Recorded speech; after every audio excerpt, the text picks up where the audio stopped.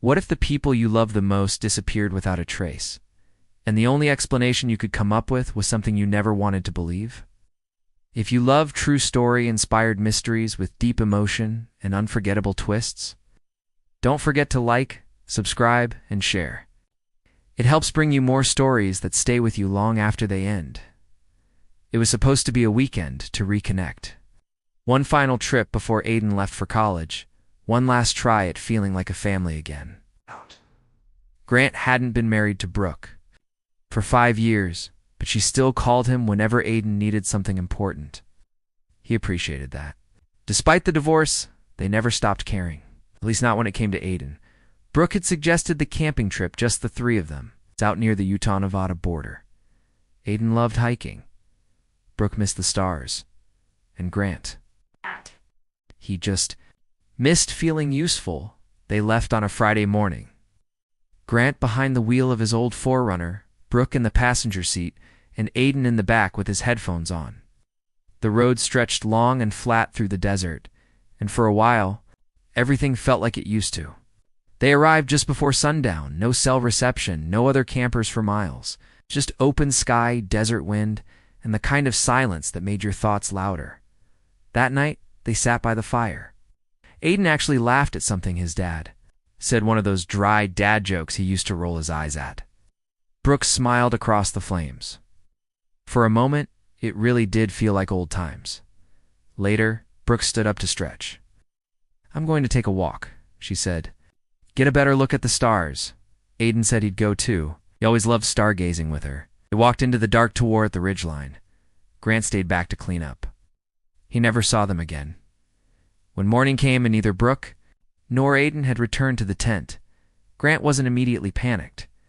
He figured they'd fallen asleep under the stars, maybe got turned around. He made coffee, waited an hour, then 2. By noon, he knew something was wrong. Their backpacks were gone. The truck keys, which had been in Grant's tent, were missing. But the truck itself was still parked exactly where he'd left it. He shouted until his voice cracked. He walked for miles over ridges and down rocky trails. He found nothing. When the sun went down and they still hadn't returned, Grant drove to the nearest ranger station, nearly 30 miles of dirt road, and then another hour to reach any cell signal. Search teams were dispatched. No one found. A single sign, no tire tracks, no dropped items, no bodies, nothing. It was as if they had evaporated into thin air. The first week, Grant stayed in the area. He helped the rangers, handed out flyers, and barely slept. The second week, the media showed up. That's when things turned ugly. One blogger floated the idea that Brooke and Aiden had run away together, that the bond between them had become strange in the years after the divorce. A few online tabloids took that and ran with it.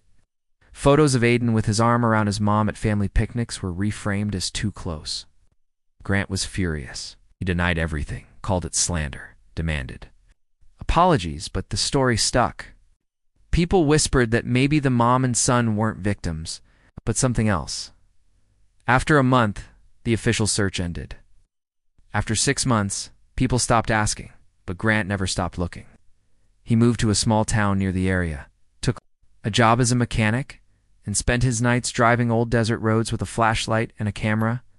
He kept a notebook, documenting every rumor, every dream, every location he thought they might have passed through. But he never found a single new clue in, till one day, 7 years later, he got a letter. No return address, no message inside. Just a photo, a blurry image of a woman and a young man walking into what looked like an old, abandoned gas station in the desert. The woman had silver in her hair.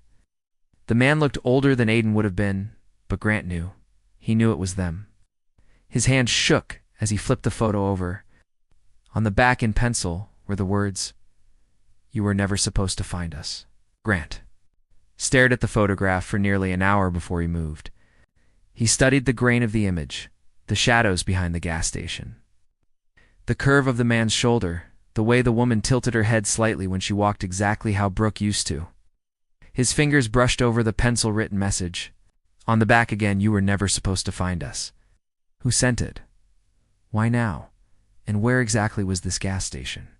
He pulled out his old notebook, the one he'd filled for years with maps, journal entries, theories, and false sightings. He flipped through until he found a sketch he'd once made of a similar gas station near a dry lake bed west of Ely.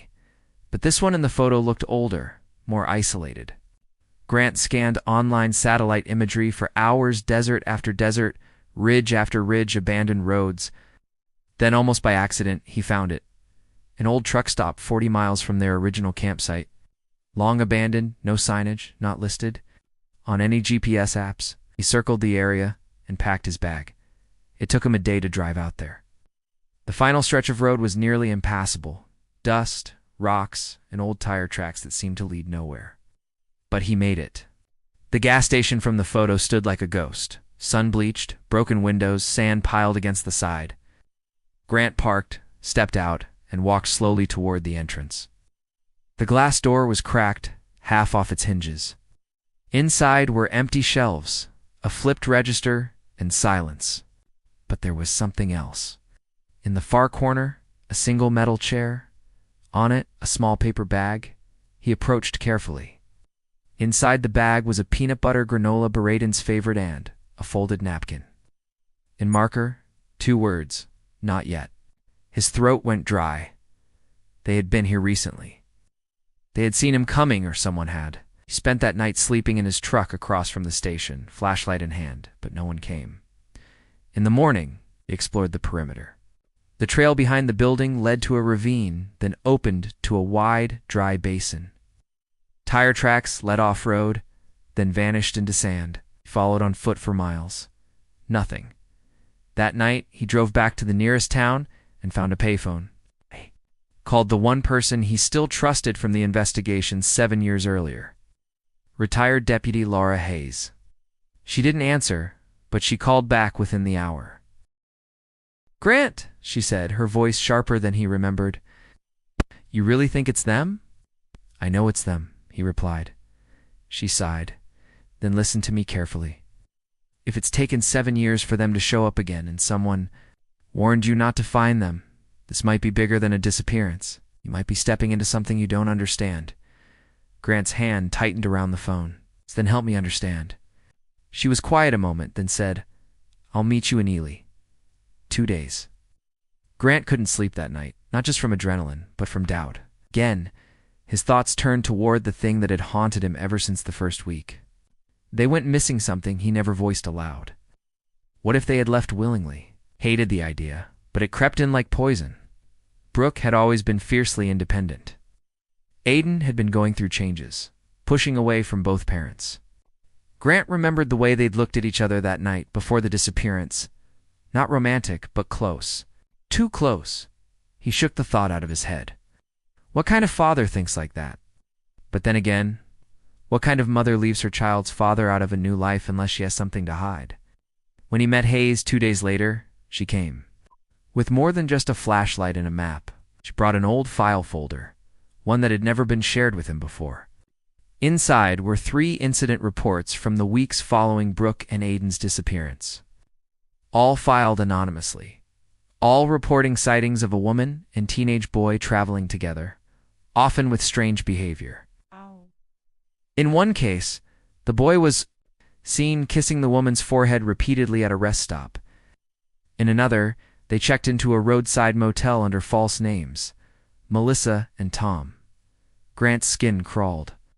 He slammed the folder shut. This doesn't prove anything. People lie. People project. This could have been anyone. Hayes nodded. Maybe. Or maybe the people you lost became people you don't want to find. He drove home in silence. That night, he pulled out his old campfire photos. Brooke smiling, Aiden holding a sparkler. They had loved each other like family. Now the shadow of doubt made every smile feel sinister. He hated himself for even thinking it. And yet, he couldn't stop. 3 days later, a letter arrived at his P.O. box, no name, no stamp, just a short handwritten message. Stop digging. Let us go. You'll only make it worse. No signature, but on the back of the paper, 3 dots in a triangle. He stared at it, confused. It wasn't just about the mother and son anymore. Someone else was involved, and they were watching. Oh. 3 dots on the back of the letter wouldn't leave his mind. Grant drew them again and again in his notebook, a triangle. Simple, but somehow deliberate. He searched online for cult symbols, private militia signs, anything related. Some pages claimed it symbolized control, obedience, or secrecy. But there were no direct matches. He didn't tell anyone about the letter, not even Deputy Hayes. He didn't want her to say the words that were already echoing in his own head. Maybe they don't want to be found.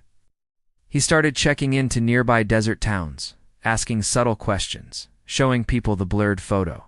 Most shook their heads, some stared too long, then walked away without answering. One man, a janitor at a diner in Panica, gave him a lead. "I seen him," he said. "At least I think I did."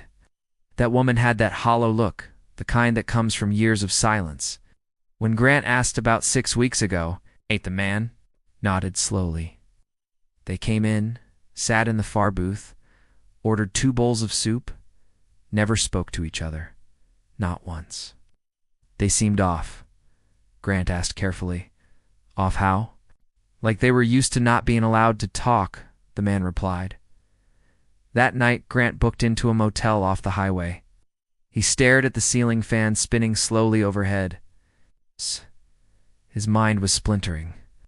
The memories of Brooke and Aiden before, they vanished the way they laughed together, cooked together, always sat close on the couch. Was that normal? He hated himself for wondering. But how could he ignore the photos, the reports, the fear in Brooke's eyes the last time he saw her? Thought about the way Aiden used to sleep on the floor next to her bed during thunderstorms, even as a teen. How Brooke once told Grant not to push them apart when he had suggested boundaries. At the time, it seemed harmless. Now he wasn't so sure. In the morning, he visited the diner himself. The waitress didn't recognize the photo, but when he mentioned the triangle symbol, her face changed. "Weird guy used to come in here," she said. "Never ordered anything, just sat in the back, drawing that same triangle on napkins." "You remember when?" Grant asked. "About a year ago." Then, poof, never came back. She paused. "Actually, he left something in the bathroom." She went to the back and returned with a small notebook found months ago. No one had claimed it. Grant opened the cover. Inside were notes, sloppy, hurried ramblings about discipline protocols, relationship restructuring, and emotional detachment. Under guidance, pages and pages of lists, names, numbers, symbols, and one phrase repeated 6 times. "Submission is peace." Grant's head spun. This wasn't just about a runaway mother and son. This was organized, deliberate, somehow connected to Brooke and Aiden. He drove straight back to the site of the old gas station, but something was off. The chair was gone. So was the bag. And someone had carved into the wall behind the counter. Truth doesn't belong to everyone. He stepped back slowly, chilled. His gut told him they had been watching, waiting, testing him. And now they knew he wouldn't stop. That night he returned to his motel and stared at himself in the bathroom. Mirror. "Maybe they didn't just disappear," he whispered. "Maybe they were taken. Or worse, maybe they went willingly." And yet there were flashes, moments in memory that contradicted everything. Brooke crying in their bedroom after the divorce, telling him she didn't know how to raise Aiden alone. Aiden standing by the window the night before the trip asking, "Dad, do you think I'm turning into someone I'm not?" Back then, Grant thought it was teenage confusion. Now, he wondered if it had been a cry for help, and he'd missed. At the following morning, he went back to the ridge where they'd camped 7 years earlier. The fire pit was still there, collapsed and filled with windblown sand. Grant dropped to his knees and started digging with his hands.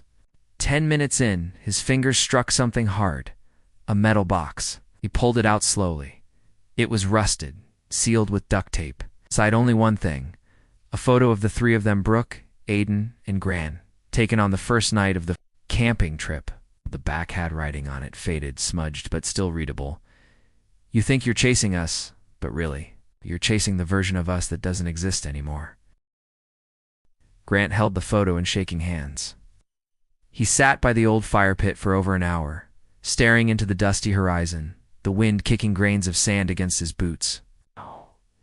You think you're chasing us, but we've changed. What did that mean? Were Brooke and Aiden trying to warn him or scare him away? That night, he couldn't sleep. The desert air had turned bitterly cold, but he didn't feel it. His thoughts were too loud. He thought about the silence in their tent the night they vanished. How Brooke had told him earlier that day, "Let's not push Aiden too much this." Weakened how Aiden had kept glancing at her that night, like he was waiting for her to say something or give him permission. Had they planned it? Had they walked away together on purpose? If they had, why? Grant returned to town the next morning. He needed answers, real ones. He called Deputy Hayes again. Did Brooke ever talk to anyone, like a therapist or a group, before the trip? Hayes paused on the other end. There was something. About 6 months before she disappeared, she attended a seminar series out in Henderson, a self-reclamation. Retreat sounded harmless. Grant leaned forward. You have a name? Yeah, it was called The Circle's Edge, run by someone named Malcolm Creed. You ever heard of him? Grant hadn't. But a quick online search made his blood run cold. There were no photos, no contact numbers, it's just vague mentions in old forums, people talking about cleansing identities, severing emotional chains, and resetting family roles. One entry stood out. If you attend a Creed retreat, be prepared. The people who come back aren't always the people who left. That same day, Grant drove to Henderson. The location of the Circle's Edge was listed as temporarily closed, but with some asking around, he tracked down a man who used to deliver food to the compound. "A bunch of quiet people," the man said. "Never saw kids, mostly women. Sometimes a few younger guys, but they always left different, paler, quieter." Grant showed him Brooke's photo. The man stared. His eyes widened slightly. I think I saw her years ago. I saw a bulk order of dried fruit, paid in cash." "Was there a boy with her?" "No," the man said. "But I remember. Her eyes. They were gone, like she was there, but not inside." Grant sat in his truck for a long time after. If Brooke had gone to this retreat, and then 6 months later she and Aiden vanished during a camping trip, was it really a coincidence? Or had she already decided to leave everything behind? He drove back to the original campsite, and that's when it happened. As he climbed a ridge behind the fire pit, something caught his eye, a figure standing far across the valley. It's too far to identify, but still standing, watching, he shouted. The figure didn't move. Then slowly it turned and walked behind a rock outcropping. Grant scrambled down the slope, lungs burning, stumbling through the sand. But when he reached the spot, there was nothing. No one, no prints, no sign. Back at his tent, he found a new message. Not a letter, not a photo. Just one word scratched into the sand beside his sleeping bag. Still, his heart thudded. Still what? Still looking? Still hoping? Still doubting? That night, Grant sat with his notebook and finally wrote the thing. He hadn't let himself put into words.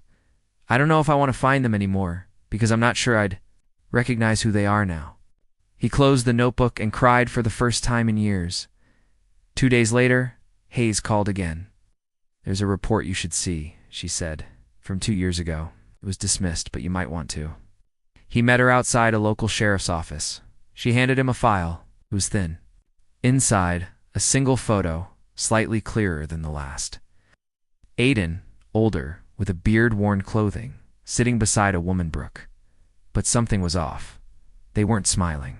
They weren't touching. They looked almost staged, artificial.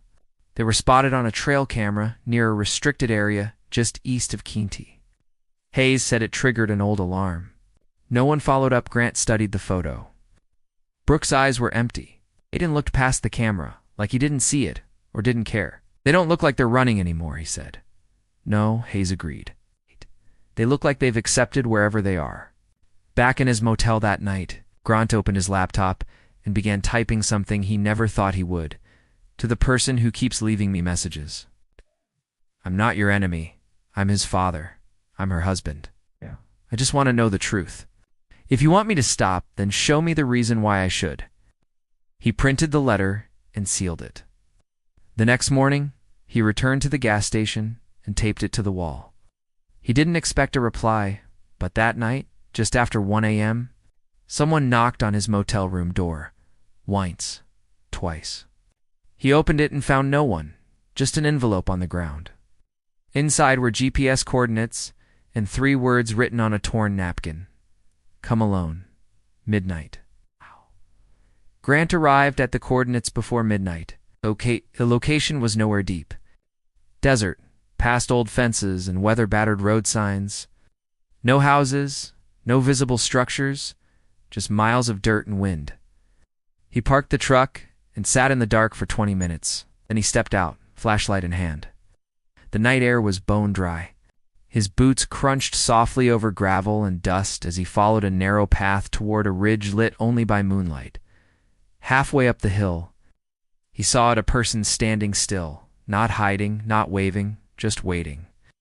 As he got closer, his heart pounded. So hard it felt like it might crack open his ribs. And then the person stepped forward. It wasn't Brooke. It wasn't Aiden. It was someone else, a man, maybe in his late 40s, with a pale, angular face, dressed in desert-worn clothing, and a scarf wrapped around his neck like protection or concealment. You came, the man said. His voice was low, calm, controlled. Grant didn't speak, just nodded. The man gestured for him to sit on a flat rock nearby. Grant didn't move. What is this? He asked. Why me? The man didn't answer right away. He pulled something. From his pocket a folded page, he handed it over. Grant unfolded it. A sketch, pencil drawn. It was Aiden, looking older, eyes dark, hair longer, but unmistakably him. Grant looked up. Did he draw this? The man said. He drew that the first year before he understood. Understood what? The rules? They sat for a while in silence. Grant's mind raced with questions, but his instincts told him not to press too hard. Not yet. The man finally spoke again. Most of them don't come back once they're through the process. But some can't let go of the past. Aiden is one of those.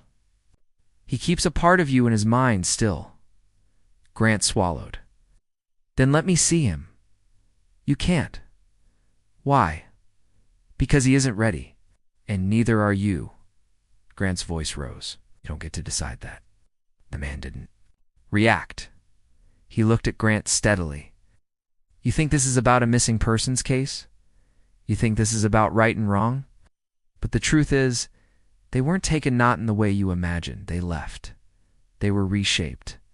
You're chasing people who have already evolved past the version you remember. Grant's fists clenched. Evolved.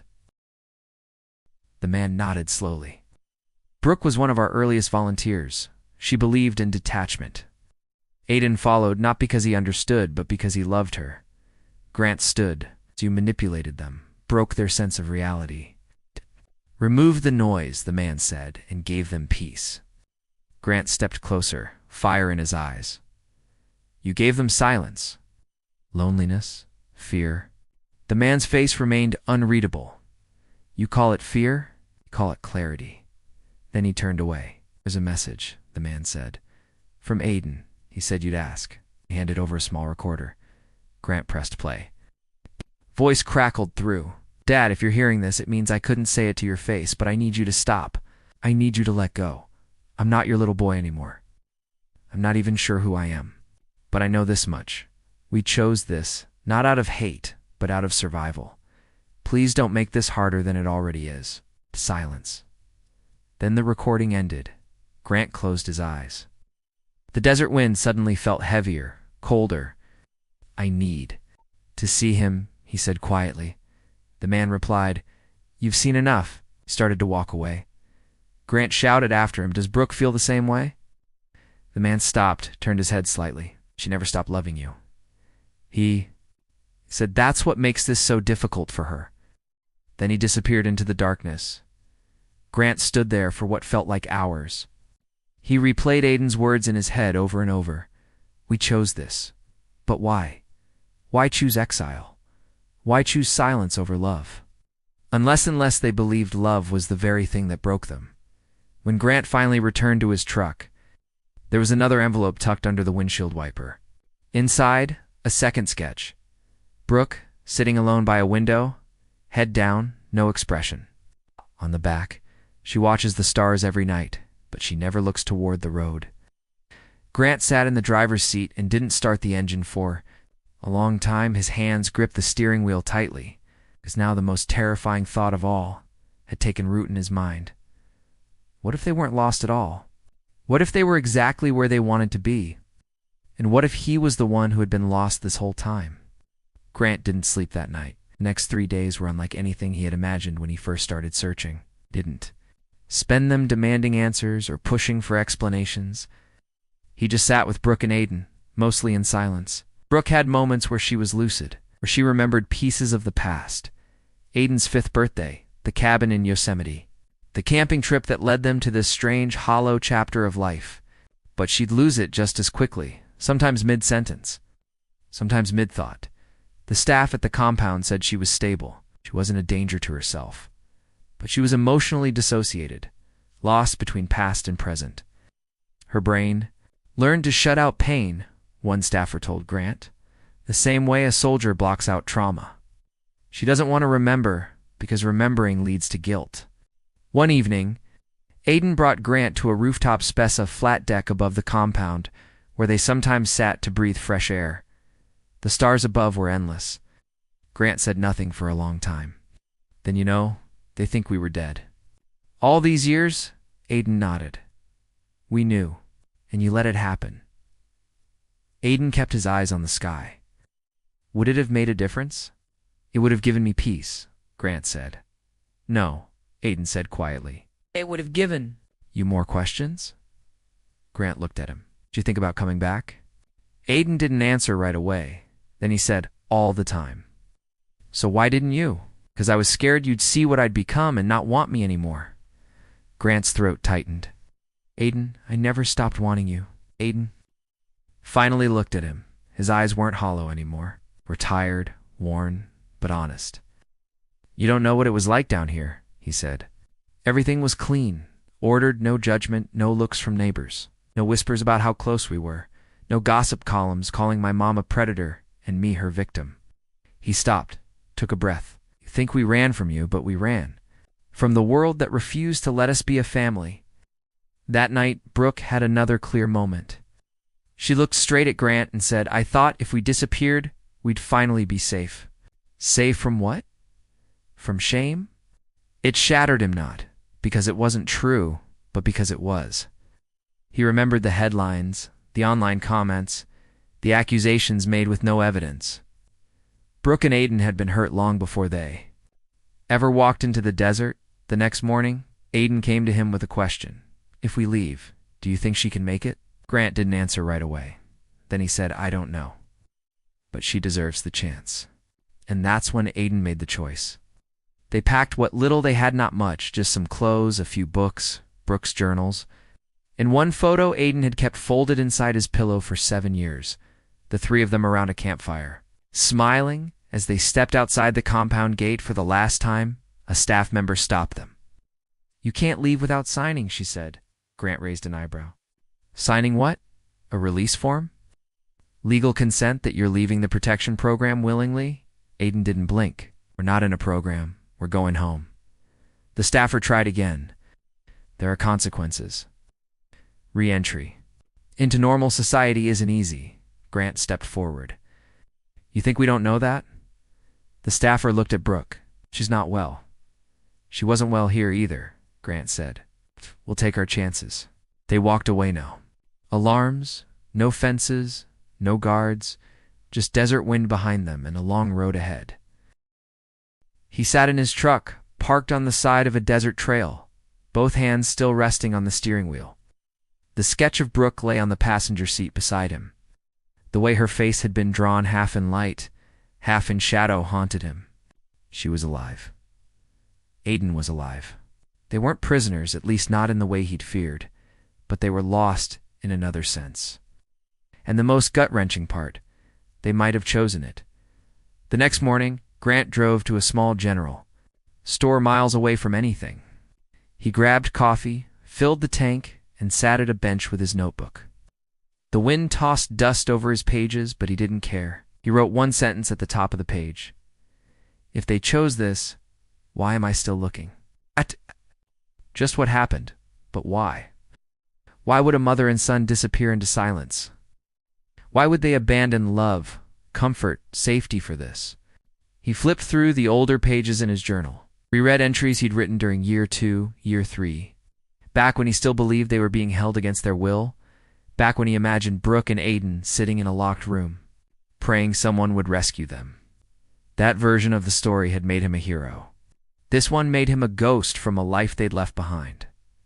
That afternoon, Deputy Hayes called again. "I did some digging on that Malcolm Creed guy," she said. "Turns out he used to be a behavioral scientist, got kicked out of a defense program about 10 years ago for running unauthorized psychological tests off-grid facilities, underground bunkers, remote compounds.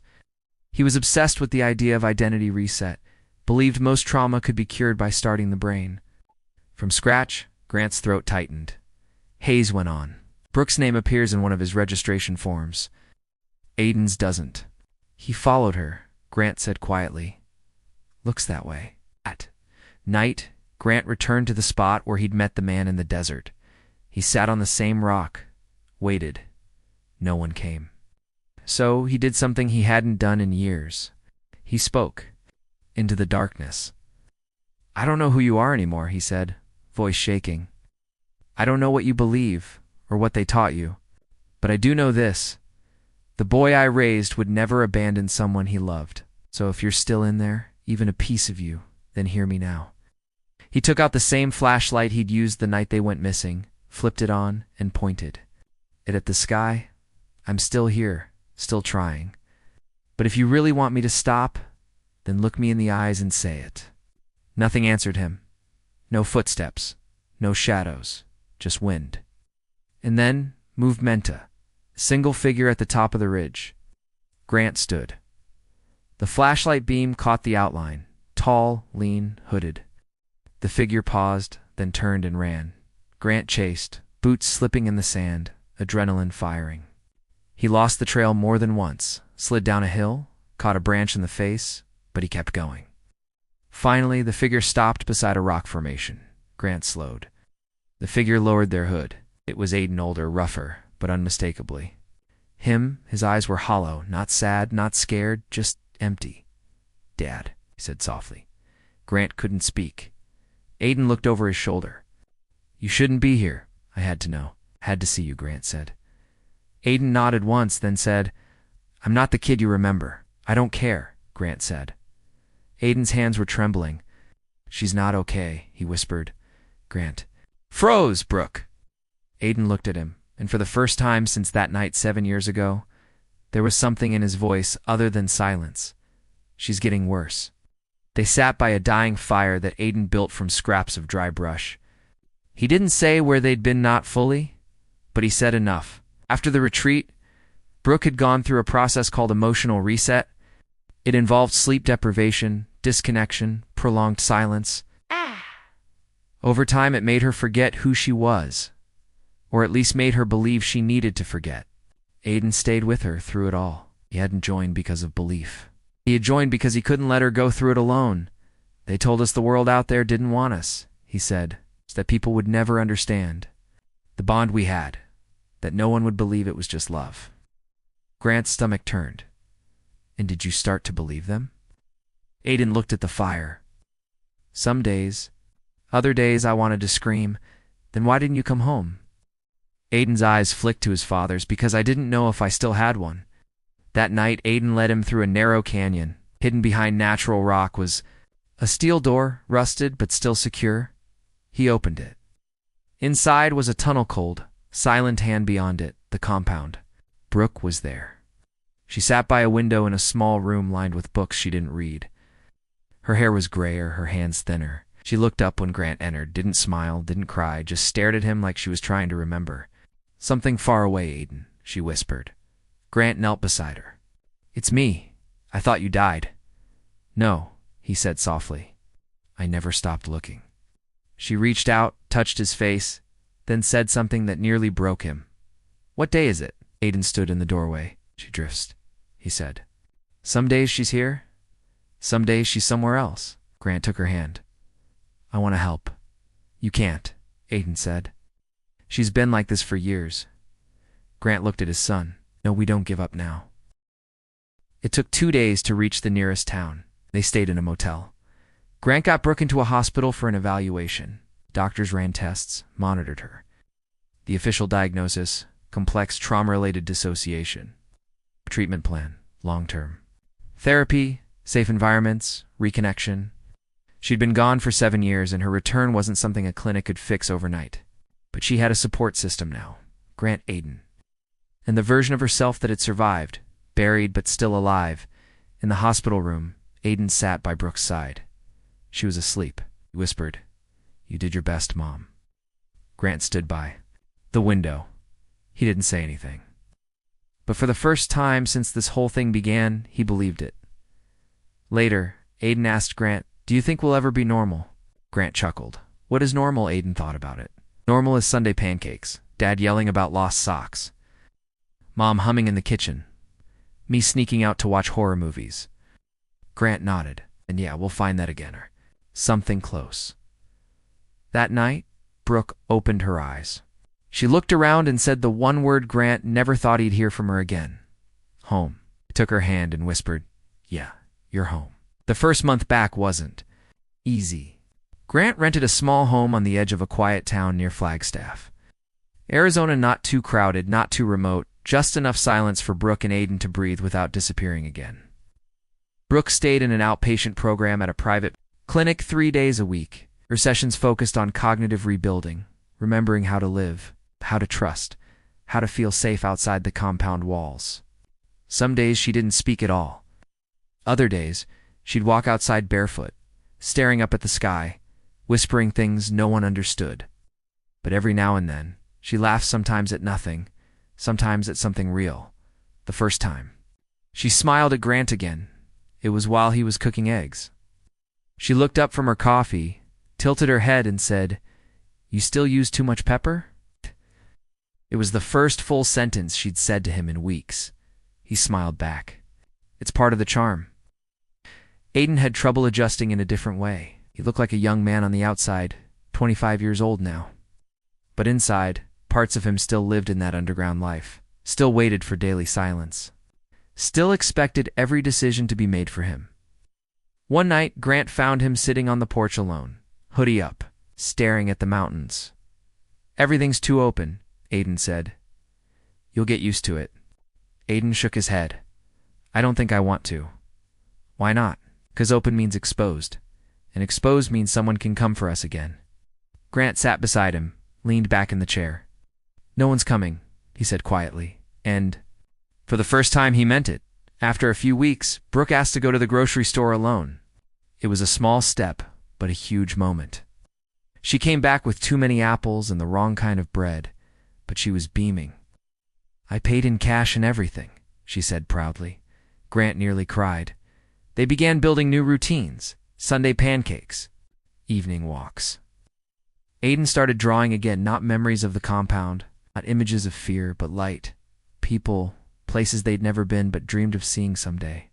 He drew a lighthouse, a path through pine trees, a house with an open door, and 3 chairs on a porch.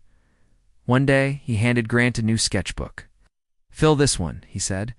Grant looked confused. "With what? Your side of the story?" It took him a few nights to get started. But eventually, he began writing again, not about the search. It's not about the doubts or the accusations or the fear, but about what it meant to keep believing in someone, even when everyone else gave up. The binder he once called The Lost Years stayed in a box under his bed. He didn't need it anymore. They weren't lost, not now. By the second month, Brooke started gardening. She'd always liked plants. Even during the early years of their marriage, she'd fill windowsills with succulents and small herbs. One morning, Grant stepped outside and saw her planting tomato seeds in the backyard. She looked up, dirt on her cheeks, and said, "This time, I want to see them grow." He didn't say anything. He just knelt beside her and helped. Aiden applied to a community college, not for a degree. Not yet, just to audit a few classes. Psychology, art, trauma studies. "Trying to understand myself," he said. Grant nodded. "Take your time." "I've had enough time." Aiden replied. Now I want to take control. They still didn't tell the world everything, no press, no interviews. They owed no one their pain. But they started talking, one person at a time. Aiden gave a private talk to a group of foster teens who'd been through trauma. Brooke wrote a letter to her sister, one she hadn't spoken to in nearly a decade. Grant volunteered part-time with a missing persons support group. He never used their names, never gave details. He just listened. And sometimes when the moment felt right, he'd say, "Sometimes people leave not because they don't love you, but because they can't carry the weight anymore. All you can do is be the reason they want to come back someday." Late one night, Aiden asked, "What would have happened if you never got that photo?" Grant looked over at him. "I would have kept looking, even without a trail." Grant smiled faintly. "Sometimes love is the trail." Aiden nodded and said, "Think I'm ready to stop hiding." Spring came slowly in the high desert. Snow melted from the mountain caps, dripping into dry riverbeds that hadn't seen water in years. Wildflowers pushed through gravel like small miracles. And inside their little home, Brooke hummed again, soft, unsure, but real. One morning, she came into the kitchen while Grant was making coffee. She placed an envelope in front of him and sat down without saying a word. He opened it. Inside was a photo of the three of them, taken just days before the camping trip. Aiden leaning into her shoulder, Brooke holding a peace sign, Grant grinning behind the camera. Grant looked at her. "Where did you get this?" "I don't remember," she said, "but it survived somehow." She looked at him, then really looked. "I'm sorry," she said, "for not calling, for not sending a sign. I thought we were doing the right thing. I thought you'd be better without us." Grant didn't say anything. He reached across the table and held her hand, and that was enough. Aiden had started volunteering at the local rec center. He didn't talk about what happened. He just showed up, helped organize books, cleaned the basketball court, ran the projector for movie nights. The other staff members said he was kind, quiet, focused. But one evening, after a teen group watched a documentary about emotional resilience, a girl approached him and asked, "Do you believe people can really change after trauma?" He looked at her for a long second and said, "I think surviving trauma is proof you already have." At home, Grant tried something new. Turned off the news, stopped checking old forums about cult activity, conspiracy theories, disappearance, cases. He took the notebook Aiden gave him and began writing a new story, not about what he'd lost, but about what he'd found again. Brooke started reading again, came back slowly. Some days she could focus. Other days she'd hold a book for an hour and not register a single word. She kept trying. One day she came into the living room holding a paperback and asked Aiden, "Can you read this to me?" He did. She cried halfway through. On the first warm weekend of May, they went camping. Same spot, same truck, different people. They brought nothing fancy, no phones, no stories to tell, just 3 folding chairs and a fire pit. At night, Aiden stared at the stars and said, "They look smaller now." "They're the same," Brooke said. "We're just different." They sat in silence. Then Grant said, "No one's going to vanish this time." Before they packed up, Aiden buried something beneath the fire ring, his old sketchbook. The one filled with drawings of fear, tunnels, shadows. Letting it go felt like breathing again. Weeks later, Grant received a letter not from anyone in their past, but from someone who had heard about their campfire talk at the youth center. A single line, "Thank you for not hiding. Some of us still need to see it's possible to come back." He folded the letter and slid it between the pages of his own story notebook. Then he went outside, where Brooke was trimming the herb garden and Aiden was painting the old shed blue. He watched them for a long time, then stepped out into the sun. There would always be shadows, but now there was light too, in the thing. About light was, no matter how small, it always finds a way in. 1 year after Brooke and Aiden returned, life wasn't perfect, but it was real. The house was still small, the neighborhood quiet, bills had to be paid. Emotions still shifted unexpectedly. Sometimes tears came for no reason. Other times silence stretched too long. But those moments were no longer frightening. They were just part of the process. Brooke began keeping a journal again. She wrote in short bursts memories, thoughts, bits of things she'd overheard that made her feel grounded. One entry simply said, "Today I remembered the smell of Aiden's hair when he was 5. I didn't cry." Another read, "I walked past a mirror and didn't flinch." Aiden started therapy on his own terms, not because anyone pushed him, but because he wanted to understand how the world outside worked and how his own mind had adapted to survive the one they'd lived in for 7 years. He didn't talk much about Malcolm Creed or the doctrine of emotional reset. But one day, he told Grant, "I don't think we were brainwashed. I think we were tired. And they gave us silence that looked like safety." Grant just nodded.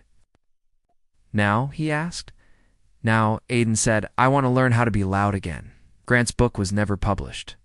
He finished it, bound it by hand, and placed it on a shelf in the living room, not for the world, just for them. He titled it, "When you find the ones you love, don't ask them why they left. Ask them how to help them stay." On a fall afternoon, the three of them sat on the porch, watching the wind blow leaves across the yard. Brooke had her tea. Aiden sketched the mountains. Grant read from a book none of them fully understood, but liked the sound of anyway. A delivery truck passed by. For a split second, they all tensed, like some muscle memory had fired. Then Brooke smiled and said, "Still not a fan of surprise knocks." They all laughed. It was the kind of laugh that comes from having survived something terrible and knowing it didn't have the final word. Thanksgiving came not much of a feast. Soup and toast and a pie Brooke burned slightly, but it was warm, and it was theirs. Before dinner, Aiden asked if they should say anything. Grant thought about it, then said, "I'm thankful that we didn't let what happened define who we are." Brooke added, "I'm thankful we didn't give up on each other." Aiden said nothing at first. Then, "I'm thankful you found us." That night, after Brooke went to bed, Aiden and Grant sat outside one last time before the cold crept in. The stars were out, no fog, no doubt, just sky. "You know," Aiden said, "there was a time I thought you hated us." "There was a time I thought you didn't love me anymore," Grant replied. "And now," Grant said, "I know none of that was ever true. We were just scared." They sat in silence for a while, and then Aiden said, "I think I finally believe we're home." In the weeks that followed, they took a new photo, the three of them on the front steps. No filters, no forced smiles, just presence. A moment frozen in honesty, not the beginning, not the end, just the place in between where healing lives. And somewhere in an old desert, near a forgotten campsite, a sketchbook still sleeps beneath. The earth proof that even in the darkest silence, someone once dreamed of color again.